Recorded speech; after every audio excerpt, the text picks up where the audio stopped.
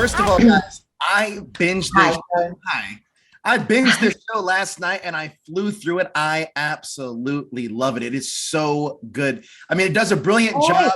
Yeah, it does. It does such a brilliant job of layering these characters, and nothing is on the surface. Nothing is on the surface with any of these characters, and that's no different than the family that you guys play. And Asher, I'm sorry. Can you talk to me a little bit about the family and why they're headed to Masha and into the Tranquillum? Sure. I think there are a few reasons at this point when we meet the Marconi family at this point in their journey that they're going to a place like this. I think they're going under the guise that they're going to celebrate Zoe's birthday, her 21st birthday, and what would have been their son's 21st birthday as her twin. But I think, and they are going for that, but I think that there are deeper reasons. This is a family that through the trauma that they've been through are completely and utterly disconnected, and they are feeling incredibly alone individually inside the family unit. And I think they're all reaching for that connection again, in some way of being able to live, really, particularly for Heather. I think she's at the point where she's really on the precipice. Absolutely.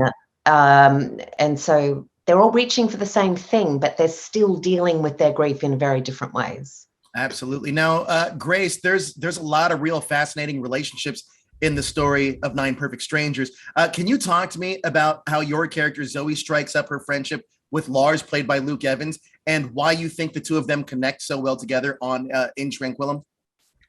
I love that relationship so much. I thought it was beautiful in the script, and Luke is so amazing, and we had such a great chemistry off screen, so that made it easy.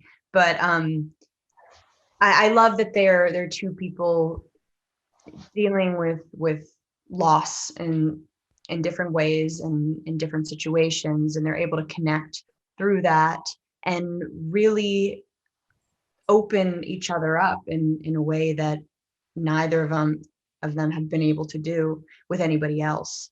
And I thought that was so beautiful, and I see their friendship going on past Tranquillum, which always excites me to think of characters, their relationship past the show, and I really do see that. Like keeping in touch. I love that. Now, Asher, can you, speaking about another fascinating relationship, can you talk to me about Heather's relationship with her husband, Napoleon, played by Michael Shannon? Because that's a really fascinating one too. Yeah, it is, isn't it? Yes. I mean, so complex. I imagine that these two people have really enjoyed life together since they were very young. We kind of made that choice that they met in university days.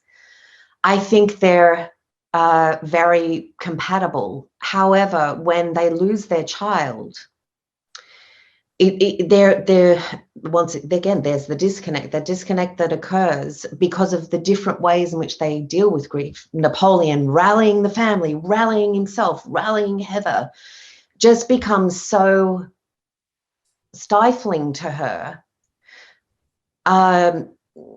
And in turn, her inability to move forward and actually accept the situation and the tragic circumstances is stifling to him. They just can't find their place together. They've lost their identity as a couple, I think, and as parents to Zoe as well. So it's such a big journey to move through for this family, which culminates in a very revelatory, wonderful, and confronting situation in episodes 7 and 8. Well, look, you guys are amazing in this show. That episode 4, though, oh my gosh, that was next level stuff, guys. Amazing job. I can't wait to finish the show and get the last 2 episodes, but amazing job. And thank you. Great show. Thank you. Absolutely. Yes, thank you so much.